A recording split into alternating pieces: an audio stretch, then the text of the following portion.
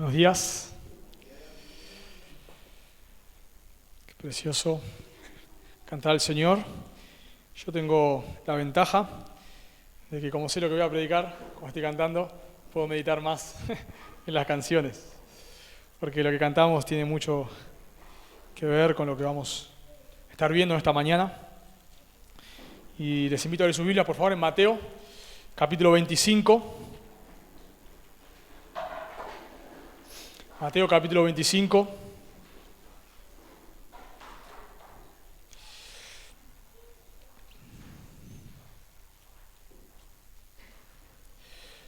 Terminamos Santiago el domingo anterior.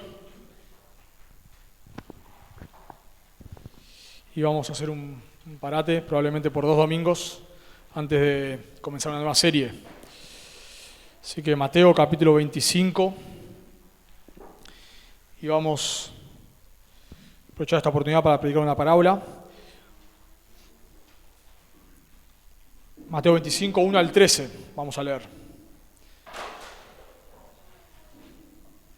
Mateo 25, 1 al 13, dice la palabra de Dios. Entonces el reino de los cielos será semejante a 10 vírgenes que tomando sus lámparas salieron a recibir al esposo. 5 de ellas eran prudentes y 5 insensatas. Las insensatas, tomando sus lámparas, no tomaron consigo aceite, mas las prudentes tomaron aceite en sus vasijas, juntamente con sus lámparas. Y tardándose el esposo, cabecearon todas y se durmieron. Y a la medianoche se oyó un clamor: «Aquí viene el esposo, salid a recibirle». Entonces todas aquellas vírgenes se levantaron y arreglaron sus lámparas. Y las insensatas dijeron a las prudentes: «Dadnos de vuestro aceite, porque nuestras lámparas se apagan». Mas las prudentes respondieron diciendo: «Para que no nos falte a nosotras y a vosotras, id más bien a los que venden y comprad para vosotras mismas». Pero mientras ellas iban a comprar, vino el esposo. Y las que estaban preparadas entraron con él a las bodas, y se cerró la puerta. Después vinieron también las otras vírgenes diciendo: «Señor, Señor, ábrenos». Mas él respondiendo dijo: «De cierto os digo que no os conozco. Velad, pues, porque no sabéis el día ni la hora en que el Hijo del Hombre ha de venir». Oramos. Amado Señor, qué precioso es sumergirnos en tu palabra. Qué precioso es, Señor, ver todas las profundidades que hay en ella. Dios, cada domingo, Señor, venimos con expectativa para ver lo que tú tienes para hablarnos, para decirnos. Señor, nos maravilla estudiar tu palabra y descubrir nuevas verdades, Señor, y refrescar algunas, y ser confrontados con otras, y ser animados con otras, y ser consolados con otras. Es una bendición, Señor, tu palabra. Es más dulce que la miel, es más preciosa que el oro, Señor. Gracias. Gracias porque tú nos permites estudiarla. Gracias porque tu Espíritu Santo, que mora dentro de nuestro, nos ilumina para comprenderla. Qué precioso, Señor. Estamos tan agradecidos. No somos dignos, pero tú eres bueno, Señor. Y también rogamos, por favor, esta mañana, por aquellos que están en medio nuestro, que no te conocen, que tú, Señor, les llames al arrepentimiento y a la fe. Te lo pedimos en el nombre de Jesús. Amén.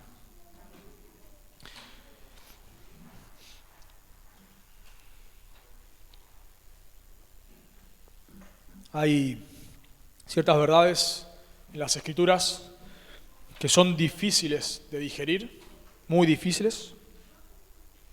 Y una de esas verdades es el tema del infierno.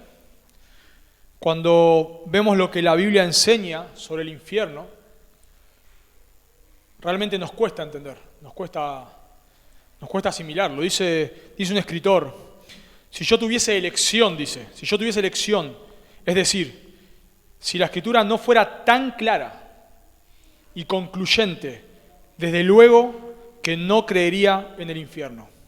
Créanme cuando les digo que no quiero creer en él. Porque realmente, claro, cuando hablamos del infierno y estudiamos lo que la Biblia dice sobre el infierno, es sumamente duro, sumamente duro. No sé si alguna vez te sucedió de tener algún dolor muy fuerte, pasar mucho dolor, o ver a alguien sufriendo terriblemente. A veces nos pasa en películas donde vemos el sufrimiento de alguna persona, en una película, y queremos mirar para otro lado, no queremos seguir mirando. Películas que sabemos que tratan sobre temas de mucho sufrimiento y ni siquiera queremos mirarlas. Bueno, pensemos por un momento, ¿no? Ese dolor multiplicado por no sé cuánto. Pero encima que ese dolor nunca se termine. Pensamos que este mundo nos pasa, ¿no? Ya estamos cansados en vivir en este mundo donde hay pecado. Pero en este mundo, aunque hay pecado, está la gracia común de Dios todavía, que es lo que lo hace un mundo habitable. Bueno, imagínate si esa gracia común de Dios es retirada. Imagínate lo que sería este mundo. O sea, este mundo es terrible con la gracia común de Dios, con creyentes, ¿no? Imagínate por un momento si esa gracia común es quitada, lo que sería esto. No podemos ni pensarlo. Bueno, eso va a ser el infierno.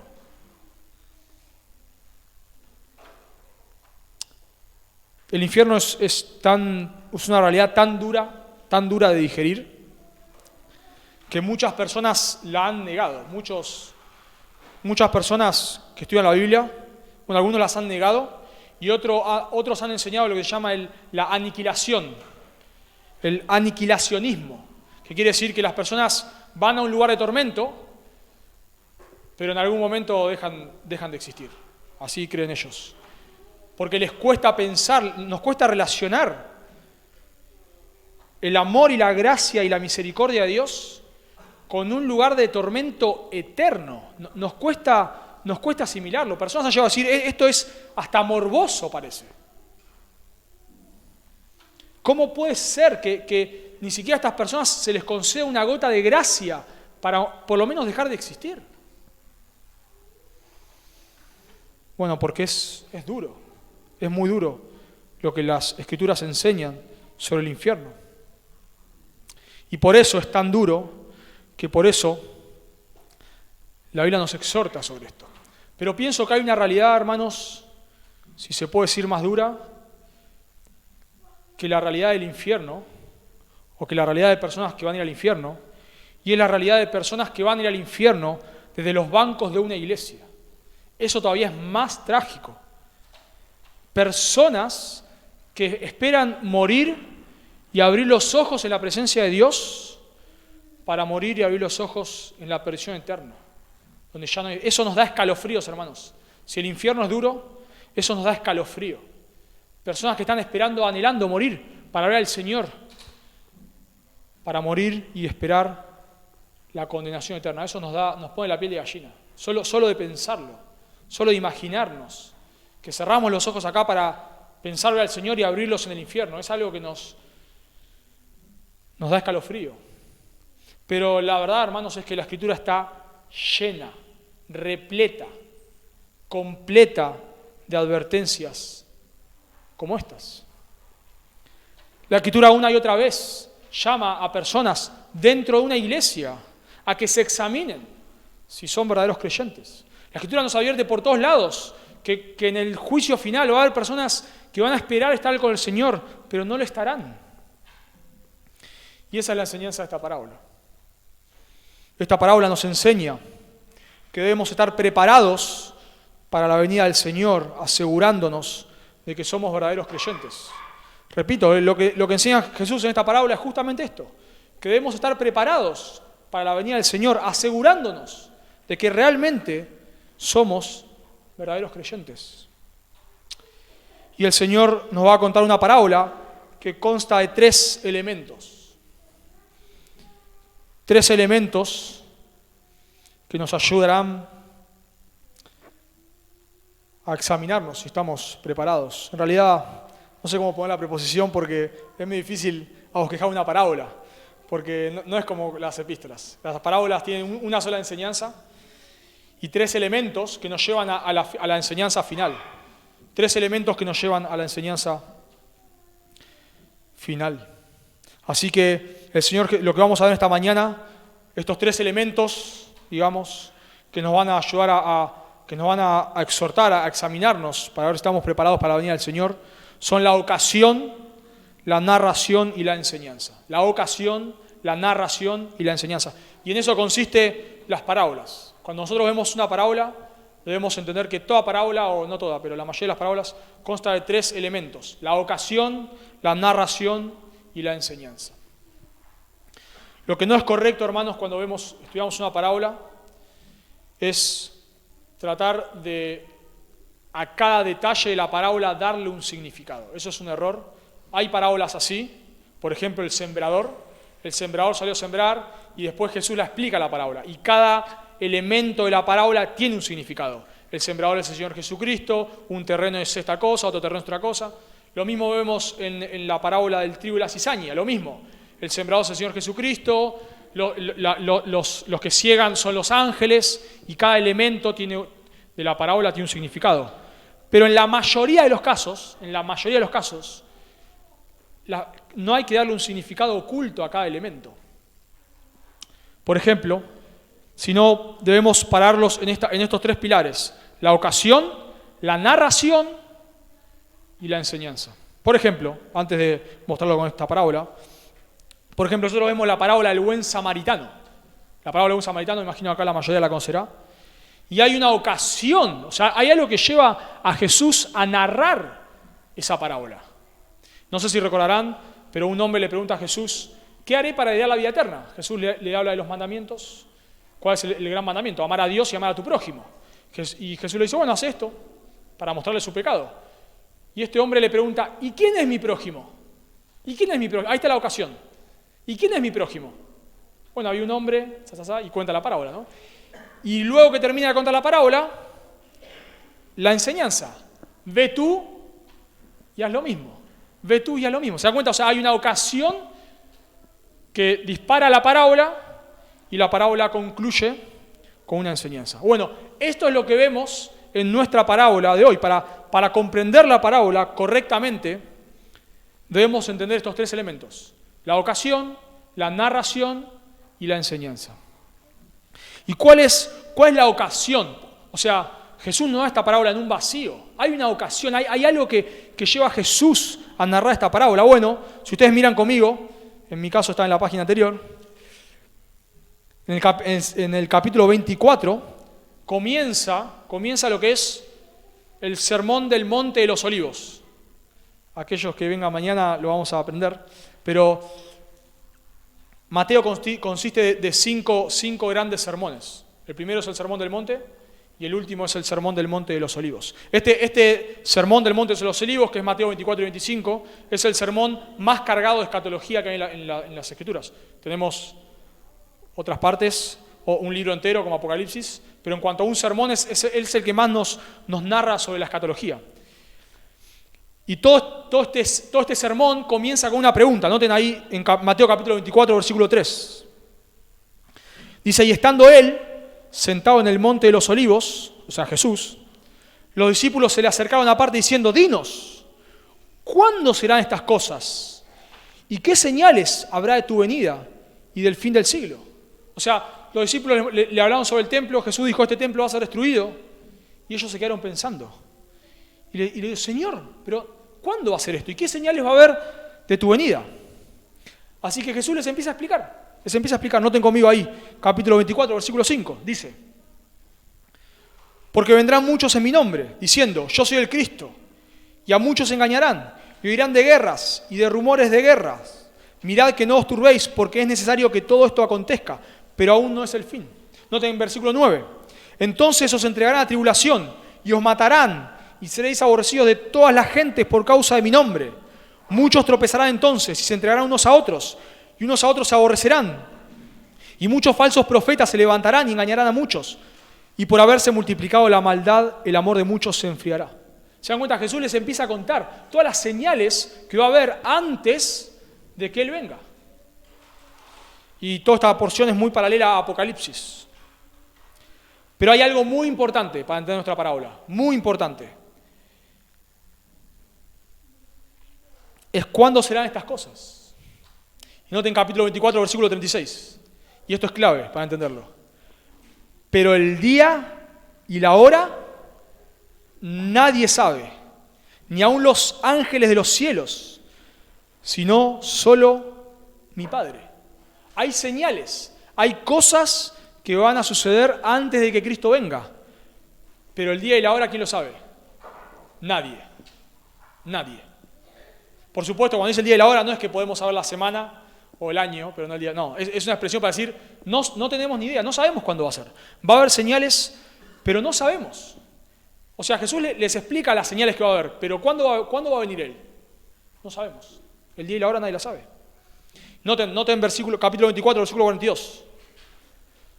Porque no sabéis a qué hora ha de venir vuestro Señor. Noten versículo 44. Porque el Hijo del Hombre vendrá a la hora que no pensáis. ¿Se dan cuenta?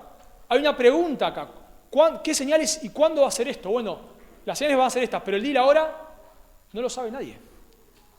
Así que Jesús ahora cuenta tres parábolas. La parábola del siervo infiel, 24, 45 al 51. La parábola de las 10 vírgenes, que es la que vamos a estudiar hoy. Y la parábola de los talentos. Y estas tres parábolas tienen la misma enseñanza. Debemos estar firmes hasta la venida del Señor porque no sabemos cuándo será.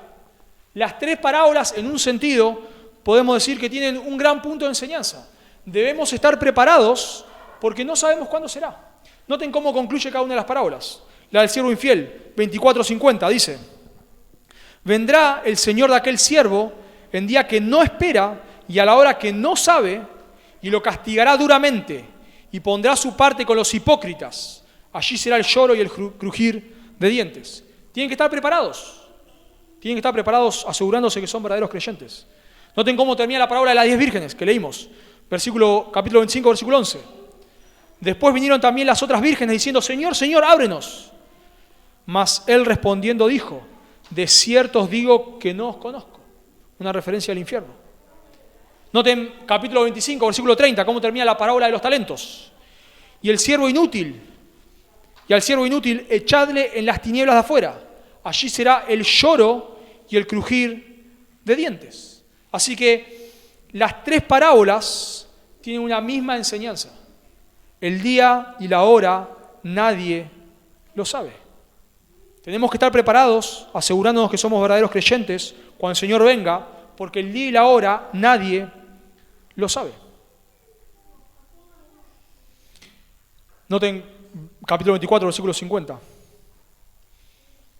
Vendrá el Señor de aquel siervo en día que éste no espera. ¿Se dan cuenta? Ese es el punto. No sabemos cuándo va a ser. Capítulo 25, versículo 13. Velad pues, porque no sabéis el día ni la hora. Noten la parábola de los talentos. Capítulo 25, versículo 15, dice que el amo se fue lejos. En el versículo 19 dice: después de mucho tiempo volvió. No sabemos cuándo va a ser. Y por eso tenemos que estar preparados. Eso enseña las tres parábolas: siervo infiel, la parábola de las 10 vírgenes y la parábola de los talentos. Las tres parábolas nos exhortan a estar preparados. ¿Pero por qué tres entonces? Bueno, porque si bien la enseñanza es la misma, el énfasis es distinto. En la primera parábola del siervo infiel, el punto es que el Señor puede venir antes de lo que esperamos. Noten versículo 48. Pero si aquel siervo malo dijere en su corazón: mi Señor tardará en venir. ¿Se dan cuenta? Mi Señor tardará en venir. O sea, el Señor viene antes de lo que espera. En la parábola de los talentos nos enseña qué debemos hacer mientras esperamos la venida del Señor. Bueno, debemos estar dando frutos. Y si no estamos dando frutos es que no somos verdaderos creyentes. Pero la parábola de las 10 vírgenes responde o hace el énfasis a que el Señor se puede tardar más de lo que esperamos. ¿Se dan cuenta? La parábola del siervo infiel, el Señor puede venir antes de lo que esperamos. La parábola de los talentos. Debemos estar preparados, dando frutos. Pero la parábola de los 10 vírgenes nos enseña que el Señor puede tardarse más de lo que esperamos. Así que esta es la ocasión, hermanos, la ocasión. Esto es lo que dispara la parábola. ¿Cuándo va a venir? ¿En qué momento va a venir? No lo sabemos, no lo sabemos. Pero debemos estar preparados si el Señor tarda más de lo que esperamos. Y estar preparados tiene que ver con asegurarnos de que somos verdaderos creyentes. Así que vimos la ocasión en primer lugar y ahora vemos la narración. Esta es la parábola. Noten versículo 21, tiene que ver con una boda. Mateo 25, 21 dice: entonces el reino de los cielos será semejante a 10 vírgenes, que tomando sus lámparas salieron a recibir al esposo. Bueno, obviamente cuando vemos las parábolas, hay textos que no necesitamos mucho contexto histórico-cultural, no necesitamos mucho. Cuando estudiamos una parábola está lleno de contexto histórico-cultural, porque no solamente porque pasaron 2000 años, sino porque la cultura de Occidente es totalmente distinta a la de Oriente. Entonces, necesitamos entender cómo es una boda. Cuando nosotros nos casamos, ¿qué hacemos? Por lo menos acá en Argentina, vamos al registro civil, hablamos de una boda cristiana, ¿no? Vamos al registro civil, ahí nos casamos, a partir de ahí ya estamos casados, y luego celebramos 2 días después, una semana después, quizás si te agarra la pandemia 2 años después, la boda, ¿no? Eso es lo que sucede, y ya, eso es todo.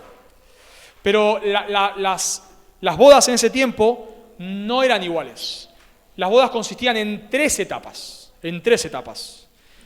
Había una primera etapa donde se acordaba el matrimonio, y en esta etapa donde se acordaba el matrimonio, el padre del novio le pagaba al padre de la novia, lo que se llama la dote.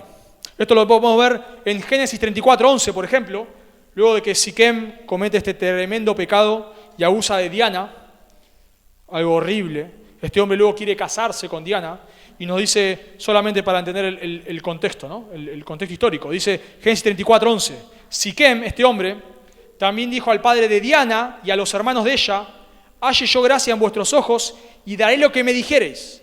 Aumentad a cargo mío mucha dote y dones, y yo daré cuanto me dieres. ¿Se dan cuenta? El padre, o el esposo en este caso, le paga al padre de la novia la dote. Bueno, lo mismo tenemos un caso muy más conocido, el caso de Jacob. ¿Por qué Jacob trabaja 7 años para Labán? Para pagar su dote. Así que tenemos una primera parte donde se acuerda la boda y el padre o el novio, dependiendo, le paga al padre y la novia la dote. Luego tenemos una segunda etapa en una boda donde ya se hace, digamos, el compromiso más oficial. En esta etapa ya no se podían separar, aunque todavía no había sucedido la unión íntima, ya no se podían separar. Y tenemos un ejemplo de estos en las Escrituras. A María. ¿Recuerdan? Cuando María queda embarazada de manera milagrosa por obra del Espíritu Santo, digamos, ella todavía no había consumado, por supuesto, la intimidad con José, estaba en esta etapa, en la etapa media. Por eso José la quiere dejar en secreto.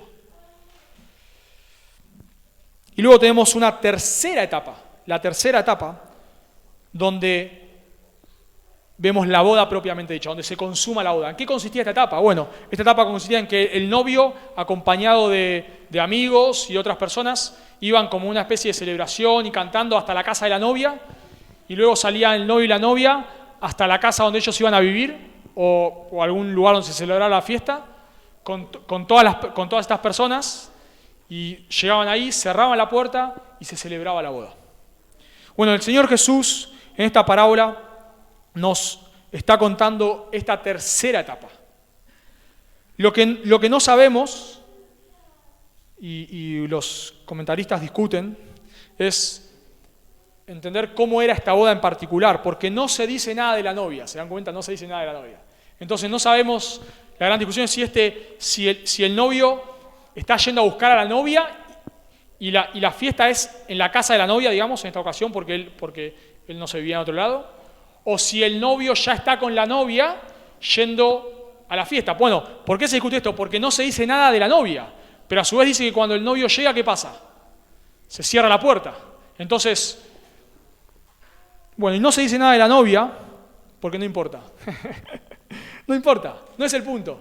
No importa si el novio estaba con la novia y llegaron al lugar donde se iban a celebrar la boda, o si la boda era en la casa de la novia y el novio estaba sin la novia y simplemente llegó al lugar. Eso no tiene importancia acá. Digamos, la novia no importa. El punto acá son las vírgenes. Ese es el punto. Noten versículo 2.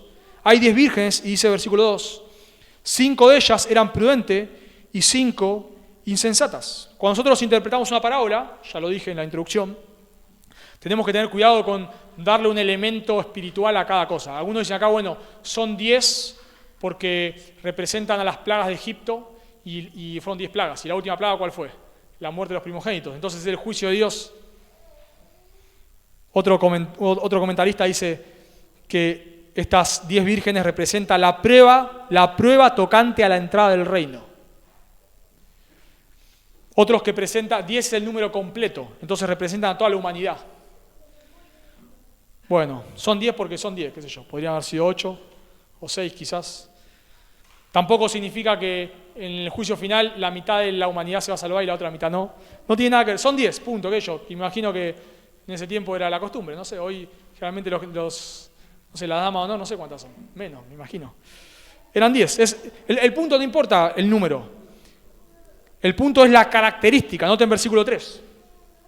Las insensatas, tomando sus lámparas, no tomaron consigo aceite, mas las prudentes tomaron aceite en sus vasijas juntamente con sus lámparas. Eso es lo que importa. No importa el número, importa es que unas son insensatas y otras prudentes. ¿En qué se caracterizan que una es insensata y otra es prudente? Bueno, se caracteriza en que unas toman aceite y otras no. Las lámparas de las cuales se usa, nosotros, claro, a veces nos cuesta entender las escrituras porque nosotros apretamos un botoncito y se prende la luz. Pero no sucedía así en ese momento, sabrán. Sino que había unas lámparas chiquitas, como una especie como la lámpara de Aladino, que se le metía aceite y tenía un pico con una mecha y ahí tenía fuego y eso alumbraban en las casas. Pero aparentemente estas lámparas no son esas, y esas lámparas podían durar mucho tiempo. Estas lámparas, de las que se habla acá, probablemente no son esas lámparas, sino son como unas antorchas. Son como un plato donde se le pone, digamos, no sé, el trapo, se le pondrá no sé qué, se las baña con aceite, se enciende y se llevan con un palo. La característica de esas lámparas es que iluminaban mucho más, lo cual es lógico, si ella tiene que salir a buscar al novio y acompañarlo, esas antorchas iluminan más el camino, pero duran menos tiempo, duran mucho menos tiempo. Así que las insensatas, dicen, no tomaron aceite y las prudentes sí. No sabemos si es que no tomaron nunca aceite, o sea, directamente no llevaron aceite, o si llevaron pero no el suficiente. Bueno, las dos opciones son probables. Puede ser que directamente no tengan aceite y cuando prenden las lámparas, digamos, prenden los trapos, a los 2 minutos se le consume, porque no tiene aceite. Puede ser una posibilidad. Otra posibilidad es que sí tienen aceite, pero se les acabó y tenían que poner más trapos con más aceite. Bueno, podría ser otra posibilidad. No sabemos por qué, no sabemos si es que no llevan nada. El punto es que cuando tienen que tener aceite, no tienen. Bueno, otra aclaración. El aceite no es el Espíritu Santo acá. No es el Espíritu Santo. Porque no hay ninguna referencia que nos haga pensar. En otras partes de la Biblia el aceite representa al Espíritu Santo, pero acá no representa al Espíritu Santo. Es como cuando nosotros vemos la levadura. ¿Qué es la levadura? Bueno, en 1 Corintios la levadura es el pecado. En otras partes de las Escrituras la levadura es la falsa doctrina. Pero en Mateo 13 la levadura es el crecimiento de la iglesia. Bueno, depende. ¿Por qué habla de aceite el Señor Jesucristo? Bueno, no porque está hablando del Espíritu Santo, de que unas tenían el Espíritu Santo y otras no, sino porque era la combustión. Quizás hoy diríamos, no llevó querosén. No sé. Bueno, en ese momento aceite porque la combustión que se usaba era el aceite. Así que ya Jesús nos advierte que hay 5 prudentes y 5 insensatas, pero hasta acá no parece haber mucha diferencia. No parece haber mucha diferencia, Pero acá pasa algo raro. Pasa algo raro. Y cuando nosotros leemos las parábolas, o el Señor Jesús daba parábolas, casi siempre en las parábolas se introduce un elemento raro. Que decís, ¿qué? Esto no puede ser. Vemos la parábola del hijo pródigo, ¿recuerdan? Donde este hijo le pide la herencia a su padre y se va muy lejos y se gasta toda su fortuna en una vida promiscua. Y cuando vuelve, dice, el padre lo ve y sale corriendo. Qué raro si no corren los hombres en ese momento de esa edad. No corren. ¿Cómo que lo abraza? Lo tendría que haber matado. Al Antiguo Testamento a los hijos rebeldes, ¿qué les pasaba? Los apedreaban. Lo tendría que haber apedreado a este hombre. Corre y lo abraza. ¡Qué raro! Vemos en la parábola del buen samaritano. Pasa un sacerdote y pasa de largo a este hombre herido. Pasa un levita y pasa de largo. Y pasa un samaritano y lo asiste. ¡Qué raro esto! ¡Qué raro! Esto no puede ser. Y acá pasa algo raro, hermanos.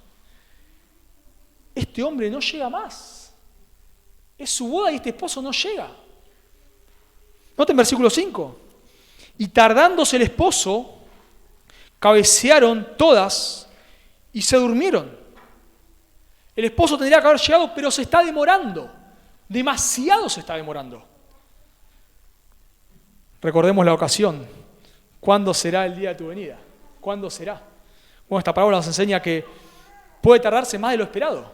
El novio tenía que haber llegado, pero se demora y las vírgenes se duermen. Que las vírgenes se duermen no tiene nada que ver con el adormecimiento de la iglesia antes de que el Señor venga, nada que ver. Se duermen porque es lógico, es lógico. Este hombre se está tardando demasiado. Ahora, no hay nada de malo en que se duerman. Parece hasta lógico que se duerman. Nosotros vemos en Getsemaní, en Mateo capítulo 26, cuando Pedro se duerme y los otros dos discípulos, Jesús los reprende, ¿recuerdan? ¿Qué hacen durmiendo? ¿Qué hacen durmiendo? Tenían que haber estado velando, pero se durmieron. Bueno, acá parece que no tiene nada de malo que se hayan dormido. Es lógico, es totalmente lógico. ¿Por qué vemos esto? Bueno, por dos motivos. En primer lugar, porque cuando el novio llega, no las reprende a las vírgenes por estar dormidas, no las reprende. En segundo lugar, porque las que entran y las que no entran no es porque unas se durmieron y las otras no. Jesús nos dice que hay 5 que son prudentes, pero aún así las prudentes se duermen. Así que no tiene nada de malo. Es lógico que se queden dormidos. ¿Por qué se quedan dormidas? Porque el novio llega muy tarde. Noten versículo 6, por favor. Y a la medianoche se oyó un clamor. Aquí viene el esposo, salid a recibirle. Este hombre llega muy tarde, muy tarde. Nos dice que llega a medianoche. Claro, nosotros leemos esto de vuelta, ¿no? Lo mismo que las lámparas, la luz. Nosotros leemos esto de la que llega a medianoche y no nos llama mucho la atención. Hoy la mayoría de las personas se duermen a las 11, 11 y media, 12. Yo no, soy medio abuelito. Pero la mayoría se duerme tarde. Hoy yo me acuerdo cuando estaba allá en la oficina en Buenos Aires, hablábamos con personas, ¿a qué hora te dormiste? 1 de la mañana, 12, mínimo, con todo el entretenimiento, todo mínimo. Pero en ese momento, cuando decimos medianoche, no es tan tarde tampoco. En ese momento es tardísimo, tardísimo. Pensemos que no había Netflix, ni celulares, ni nada de eso, y el sol bajaba temprano, así que no te quedaba, ¿qué te quedaba haciendo hasta las 12 de la noche? Nada. Entonces las personas que hacían, bueno, se acostaban casi que oscureciendo y se levantaban cuando salía el sol. Así que a las 12 de la noche es tardísimo, digamos, estas vírgenes están totalmente dormidas. Pero se escucha una voz, no sabemos, no es la voz de la última trompeta, nada que ver, es una voz, está en una voz y se escucha una voz. Aquí viene el novio, alguien está ahí viendo y ve llegar al novio. Así que estas vírgenes tienen que salir a recibir al novio. Y noten lo que dice versículo 7. Entonces, todas aquellas vírgenes se levantaron y arreglaron sus lámparas. Arreglar sus lámparas tiene que ver con esto, con si estaban prendidas las lámparas, con quitarle el carbón que ya se había consumido, con volver con levantar la mecha, con volver a ponerle aceite y volver a prender, ¿no? Digamos, preparan las lámparas, estas vírgenes, para salir a recibir al novio. Y hasta acá no hay mucha diferencia. No hay mucha diferencia. Es como cuando vemos la parábola del sabio y el insensato, el prudente y el insensato, en Mateo capítulo 7, ¿recuerdan? Que un hombre fue prudente y construyó su casa sobre la roca y otro sobre la arena. Bueno, hasta que no viene la parte final, en este caso la lluvia y la tormenta, las dos casas son iguales. Vos las ves de afuera y decís, no hay diferencia, son las dos iguales. Las dos igual de lindas, pintadas del mismo color, todo muy lindo. El problema es cuando viene el juicio de Dios. Bueno, en este caso, hasta acá no parece todo igual. Todas están con sus lámparas ahí, todas se duermen, todo es lo mismo, todo es exactamente lo mismo. Pero acá hay una gran diferencia. Y es que las insensatas no tienen aceite y no pueden recibir al novio. Noten versículo 8. Y las insensatas dijeron a las prudentes, dadnos de vuestro aceite, porque nuestras lámparas se apagan. O sea, ellas se dan cuenta, sea que no hayan llevado aceite directamente, o sea que no llevan aceite de más.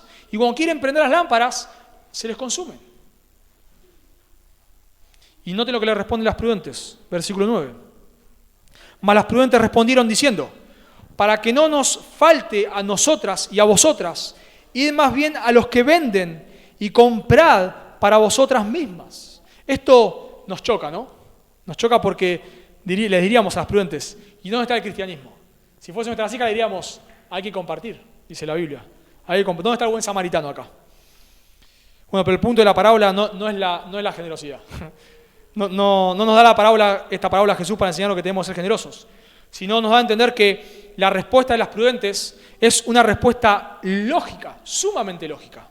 O sea, es lógica ¿por qué? Porque si las prudentes le diesen aceite a las insensatas, cuando salen a buscar al novio y tienen que volver, piensen, no hay foquito, no hay nada de eso, tienen que volver, no llegarían a volver, porque se les apagarían las lámparas a todas. Para dar una ilustración, hermanos, imagínate que vas en auto, dos autos salen a llevar a una persona de urgencia a Mar del Plata, y a uno se le pincha la rueda, pone la rueda de auxilio, la cambia y sigue. ¿No? Están los dos, alcanza al otro, pero ahora al otro se le pincha la rueda. Bueno, sería ilógico que este hombre saque una rueda para dársela. No tiene sentido. Cambia de auto, cambia al enfermo del auto y el que está con la rueda buena sigue. Y el que pinchó la rueda y no llevó la de auxilio, bueno, que espera la grúa, diríamos, ¿no? O sea, sería lógico. No tiene que ver con egoísmo, tiene que ver con que hay una situación en la cual necesitamos actuar. Si hay una persona que está muriendo, bueno, si pinchaste la rueda, bueno, espera la grúa y yo sigo con esta persona enferma. Bueno, así que es lógico, es totalmente lógico que no le den de su aceite porque no serviría. Al fin y al cabo, cuando salgan a buscar al novio, todas las lámparas se apagarían y no podrían ver, no tiene sentido. Así que les hace un llamado urgente las prudentes, le dice, id y comprad aceite. El punto acá, y esto sí es importante, porque nos lo conectamos, por supuesto, hermanos, con el punto final, es que la gracia no es transferible, ese es el punto, la gracia no es transferible. Por eso no le dan, no pueden darle, porque la gracia no es transferible. Yo puedo compartirte el Evangelio, puedo orar por vos, puedo invitarte a la iglesia, puedo llamar a otros a que oren por vos, puedo mandarte versículos, puedo compartirte predicaciones, pero no puedo sacar de mi gracia y dártela a vos, no puedo. Pablo dice en Romanos 9, desearía yo mismo ser anatema, o sea, maldito por Dios, con tal de que mis hermanos, los judíos, crean, o sea, no hermanos creyentes, sino hermanos de sangre, digamos, otros judíos, crean, pero no puedo. La salvación es personal. Yo no puedo darle salvación a nadie, no puedo sacar mi salvación y dártela a vos, no puedo. Y ese es el punto acá. No puedo darte de mi aceite, tenés que ir vos a conseguir el tuyo. Y acá pasa algo trágico, hermanos. Trágico, versículo 10. Pero mientras ellas iban a comprar, vino el esposo, y las que estaban preparadas, noten, debemos estar preparados para la venida del Señor, asegurándonos de que somos verdaderos creyentes. Y las que estaban preparadas entraron con Él a las bodas y se cerró la puerta. Esto es trágico. Mientras las vírgenes salen, las insensatas salen a buscar aceite, el novio llega y la puerta se cierra. Las que estaban preparadas, las que eran verdaderos creyentes, los que son verdaderos creyentes, entran, pero los que no son verdaderos creyentes no entran. Estas insensatas no son creyentes que se perdieron el arrebatamiento, porque acá no está hablando de arrebatamiento, nada que ver, en ningún momento, no tiene nada que ver con el arrebatamiento. Estas insensatas no son creyentes que se apartaron. Estas insensatas son personas que dijeron ser creyentes, pero no lo eran. Que pensaron que iban a ir al cielo, pero fueron al infierno. Son falsos creyentes.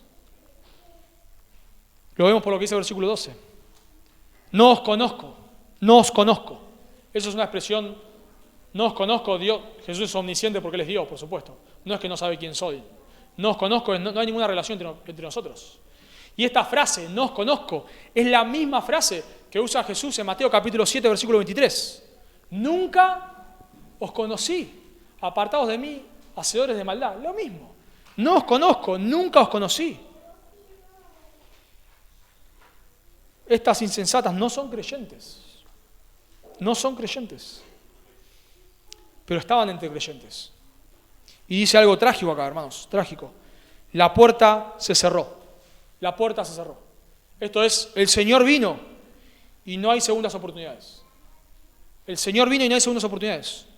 Oro por vos, te predico, te llevo a la iglesia, te comparto la palabra. Ahora tenés la oportunidad de arrepentirte de tus pecados y creer en Cristo como tu único y suficiente Salvador. Ahora es el momento. Pero cuando la puerta se cierre, ya está. Cuando la puerta se cierre, ya está.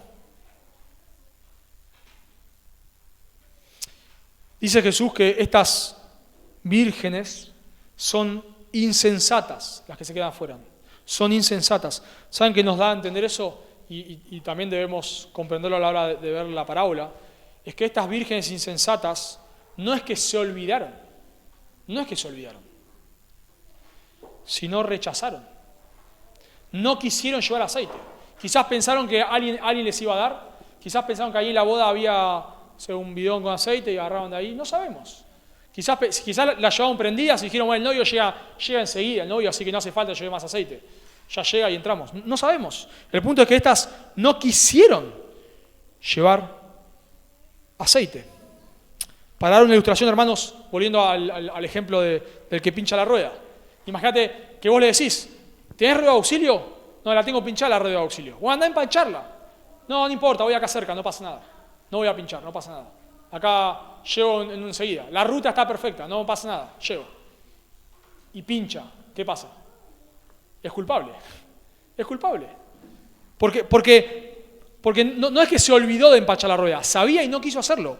Bueno, estas insensatas son personas que están diciendo, más adelante puedo creer, más adelante puedo ocuparme de mi salvación. Ahora no hace falta, eso lo voy a dejar para más adelante. Y noten, hermanos, terrible. Escalofrío nos debería dar al leer esto, versículo 11.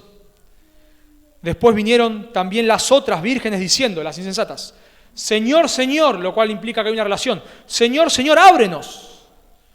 Versículo 12, mas él respondiendo dijo, de cierto os digo que no os conozco. No sabemos si consiguieron aceite o no, quizás consiguieron aceite y llegaron con el aceite, quizás no lo consiguieron, no lo sabemos, pero esto es chocante, hermano. Vos, sé honesto ahí en tu corazón, sé honesto, por favor. ¿No te resulta cruel? ¿No te resulta cruel? Son amigas de la novia. Tampoco para tanto, se olvidaron del aceite. ¿Cómo nunca os conocí? Tampoco es tan grave. No es para tanto, diríamos. Ya, perdonalas, retalas un poco y dejalas entrar. Pero esto representa, hermanos, lo que sucederá cuando el Señor venga. Aquella persona que no se haya arrepentido de sus pecados y no haya puesto su fe en Cristo para la salvación, no entrará, no os conozco. Es una referencia, nunca hubo una relación. Y esto es muy, muy chocante. Un comentarista ha dicho que el gráfico acá es horrible. Son personas que casi se salvaron. Personas que casi se salvaron, pero terminaron en el infierno. Personas que estaban esperando abrir los ojos en la presencia del Señor, como dije antes, y abrieron los ojos en el infierno. Y esto nos choca, hermanos, nos choca, porque uno pensaría, ¿cómo puede ser que Jesús no las deje entrar? ¿Cómo puede ser? Pensá por un momento, nos chocaría ver que a una persona que sirvió con nosotros en la iglesia, Jesús le diga, no os conozco. Nosotros le diríamos, Jesús, pero no fue para tanto. Era un buen esposo. Jesús no fue para tanto. Trabajaba bien, era un buen empleado, todos hablaban bien. El Señor hizo un montón de cosas en la iglesia. Esta persona no es para tanto. Solo no creyó en tu Hijo para salvación. No es para tanto. No es para tanto. Yo lo conocí, era una buena persona. Pero Jesús dirá, no. Si vos no estás revestido con la justicia de Cristo, no entrás.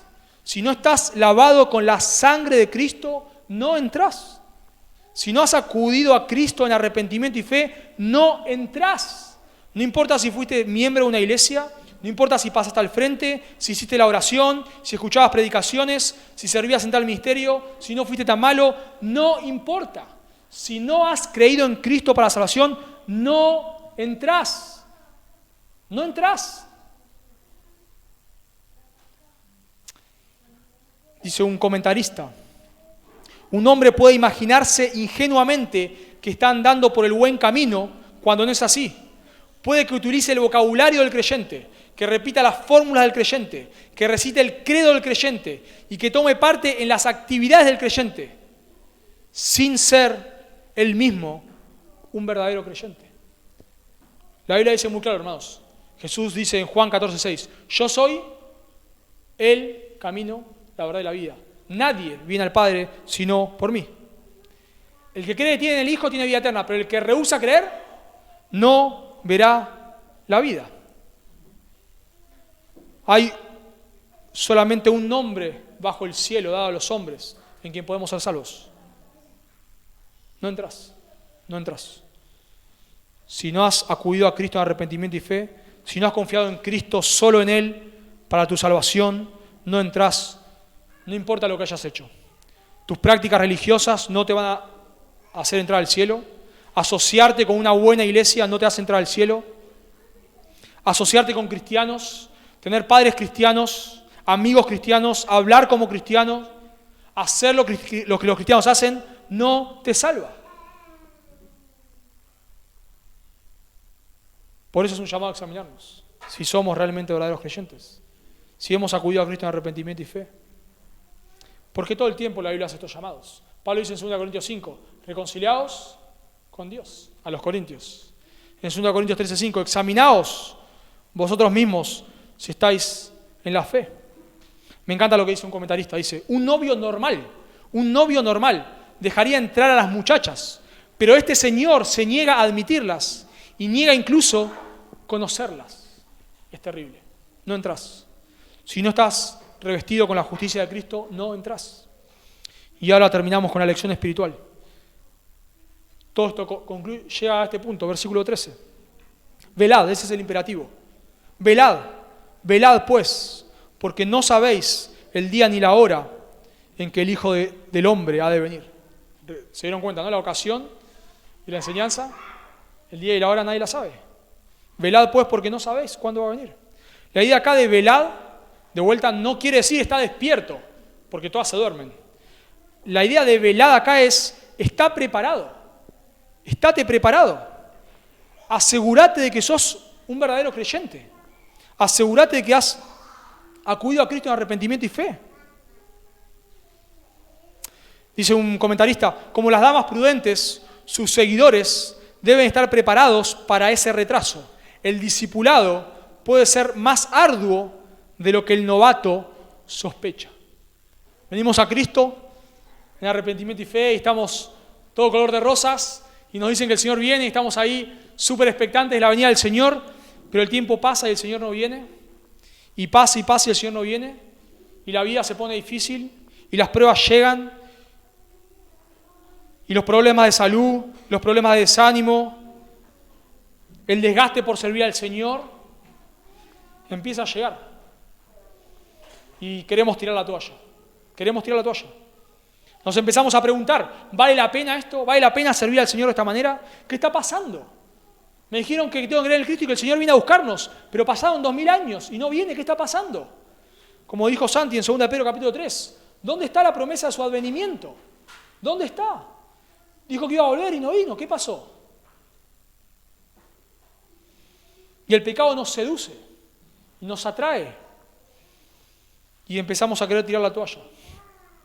Mi compromiso con el Señor mengua, me empiezo a tomar la vida cristiana más tranquilo, ya no sirvo en la iglesia como tenía que servir, ya no me doy por otros como me tenía que dar, ya me empiezo a tomar la vida cristiana como a relajarme, ¿no?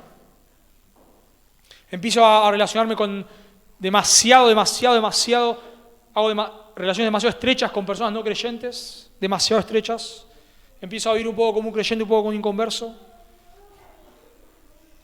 y esta parábola nos exhorta, nos despabila. Como hemos visto en el sermón pasado, el Señor usa esto para preservar a sus hijos. Un verdadero creyente que está ahí queriendo menguar, queriendo tirar la toalla, esta parábola nos anima porque el Señor, como hemos dicho ya varias veces, la salvación es segura, la salvación no se puede perder. Un verdadero creyente no va a apostatar, pero lo que Dios hace para preservarnos, usa su palabra, exhortaciones, los hermanos. Bueno, en segundo lugar, por supuesto, acá no explica cómo velar, pero sí lo hace en la parábola de los talentos, lo cual implica estar esforzándonos por servir a otros, esforzándonos por crecer en santidad, ¿no? Por luchar con el pecado. Pero el punto acá,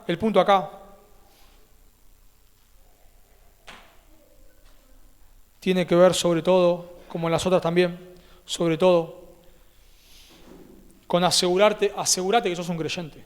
Asegurate que sos un creyente. Examina tu vida a ver si realmente has creído en Cristo. Examinás en qué estás confiando. Siempre la pregunta para mí buena para hacernos es, ¿por qué Dios debería dejarte entrar al cielo? ¿Por qué Dios debería dejarte entrar al cielo?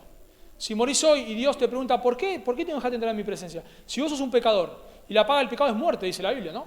La paga del pecado es muerte. ¿Por qué te tengo que dejar entrar? ¿Qué le responderías? ¿Porque iba a la iglesia? ¿Porque fui miembro de una iglesia? ¿Porque mis padres de chiquito eran creyentes? ¿Porque me bauticé? ¿Porque hice una oración? ¿Porque levanté mi mano? Bueno, todas esas respuestas son incorrectas. Todas esas respuestas son incorrectas. La respuesta correcta sería porque soy un pecador, pero he creído en tu Hijo, que murió en la cruz en mi lugar. Y he sido revestido de su justicia y mis pecados fueron puestos sobre él en la cruz. Y ahora estoy vestido de su justicia. Y confiando no en mi justicia, sino en la de tu Hijo. Porque tu Hijo ha pagado por mis pecados. Y porque tu misma palabra dice que vos sos justo y no vas a castigar 2 veces un pecado. Si ya lo castigaste en tu Hijo, no lo vas a castigar en mí. Y yo he confiado en Él para salvación. Esa sería la respuesta correcta. Porque no estoy confiando en mis obras, sino en la sangre de tu Hijo, en el sacrificio de tu Hijo. Tenemos que examinarnos si somos verdaderos creyentes. ¿Amás a tus hermanos? Primera de Juan. ¿Amás a tus hermanos? ¿Odias el pecado? ¿Tenés un deseo de vivir para Cristo? El Espíritu Santo da testimonio a tu espíritu de que sos un verdadero creyente. ¿Estás confiando en Cristo? ¿En qué estás confiando? Son momentos que debemos preguntarnos. Y a eso nos llama esta parábola. Y me gustaría terminar, precioso y alarmante, terminar ya con esta cita de Randy Alcorn. Me encanta en su libro sobre el cielo. Él hace una extensa cita y una ilustración que encaja perfecto en esta ocasión. Él cuenta la historia de una mujer, Ruzana Metzgar, que es una cantante profesional Y él cuenta la siguiente historia sobre esta mujer, relatando este punto. Dice lo siguiente: hace algunos años le pidieron a esta mujer, a esta cantante, hace algunos años le pidieron que cantara en la boda de un hombre muy rico. De acuerdo a la invitación, la recepción se celebraría en los 2 últimos pisos de la Torre Columbia de la ciudad de Seattle, el rascacielos más alto del noreste de los Estados Unidos. Ella y su esposo Roy estaban muy entusiasmados con la idea de asistir a esa boda. En la recepción, los camareros en trajes de gala ofrecían exquisitos aperitivos y bebidas exóticas. La novia y el novio se acercaron a una hermosa escalera de cristal y bronce que llevaba al piso más alto. Anunciaron que la fiesta de boda iba a comenzar. La novia y el novio subieron por la escalera seguido de los invitados. En la parte de arriba de la escalera, un jefe de comedor con un libro encuadernado saludaba a los invitados de afuera de las puertas. ¿Me podrían decir sus nombres, por favor? Soy Ruthana Metzgar y él es mi esposo Roy. El hombre busca en la letra M. No encuentro su nombre. Por favor, ¿me lo podría deletrear? Ruthana le deletreó su nombre lentamente. Después de buscar en el libro, el jefe de comedor levantó la vista y dijo: lo siento, pero sus nombres no están aquí. Debe haber algún error, respondió Ruthana. Yo soy la cantante. Yo canté en esta boda. El caballero respondió: no importa quién es usted o lo que hizo. Si su nombre no está en el libro, usted no entra al banquete. Le hizo una señal a un camarero y dijo: acompañe a estas personas al ascensor de servicio, por favor. El matrimonio siguió al camarero, pasando por el costado de hermosas mesas decoradas, cargadas con mariscos, salmón ahumado y magníficas esculturas hechas de hielo. En un lado del área del banquete, una orquesta se estaba preparando para tocar y los músicos estaban todos vestidos con deslumbrantes trajes de galas blancos. El camarero guió a Ruthana y a Roy al ascensor de servicio, les indicó que entraran y presionó el botón E para que los llevara al estacionamiento de vehículos. Después de localizar su vehículo y de conducir varias millas en silencio, Roy extendió su mano y la colocó en el brazo de Ruthana. Querida, ¿qué sucedió? Cuando llegó la invitación, yo estaba muy ocupada, respondió Ruthana. No me preocupé por mandar la respuesta de que asistiríamos a la fiesta. Además, yo era la cantante. De seguro que podría asistir a la fiesta sin enviar la nota con la respuesta. Ruthana comenzó a llorar. No solo porque había perdido el banquete más lujoso al que jamás había sido invitada, sino también porque de pronto sintió un pequeño anticipo de lo que un día será para las personas que están de pie delante de Cristo y encuentran que sus nombres no están escritos en el libro de la vida del Cordero. A través de los siglos, innumerables personas han estado demasiado ocupadas para responder a la invitación de Cristo a su banquete de bodas. Muchas asumen que el bien que han hecho, tal vez asistir a la iglesia, siendo bautizadas, cantando en el coro o ayudando a alimentar a los pobres, será suficiente para ganar su entrada al cielo.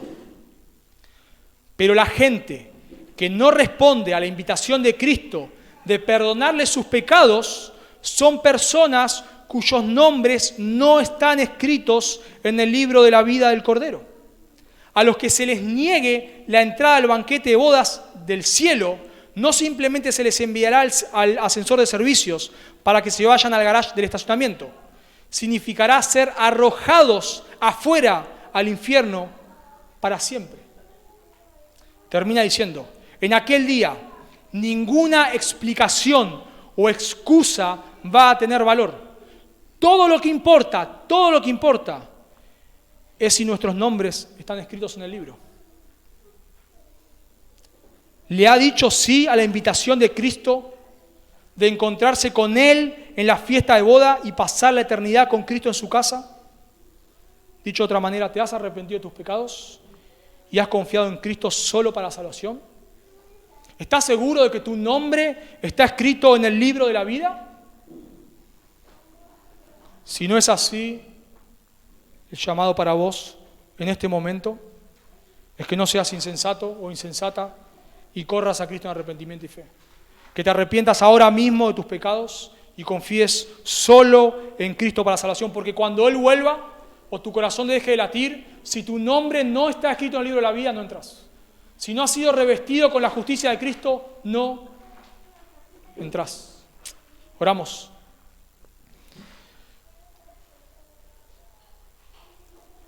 Amado Dios, escalofríos, Señor, nos causa pensar en este momento. Señor, pensar que hay personas que están pensando que hoy van al cielo, pero el día que su corazón deje de latir se perderán por la eternidad. Señor, no lo sé, quizás acá mismo, ahora mismo, Señor, hay personas así. Yo no lo sé, Dios. Pero te ruego, por favor, que si hay alguien así, que tú le concedas arrepentimiento y fe, que tú la salves, Señor. Por favor, Dios, si hay alguno de nosotros que se está camuflando entre los cristianos, pero no es un cristiano, que tú le llames, tú le salves, tú tengas misericordia, Dios. Por favor, Señor, de ninguna manera queremos estar en tu presencia y esperar a ver alguna de las personas aquí y no verlas, Señor. Por favor, Dios, ten misericordia. Y te ruego también, Señor, que no tomemos esto para otros, sino para nosotros, Señor. Cada uno, Dios, pueda examinar su corazón y aquellos que hemos creído podamos alabarte, darte gracias, Señor. Podamos exaltar tu nombre, tu grandeza. Pero si alguien no te conoce, Señor, que pueda correr a Cristo en arrepentimiento y fe para salvación. Por favor, Señor. Te lo pedimos en el nombre de Jesús. Amén.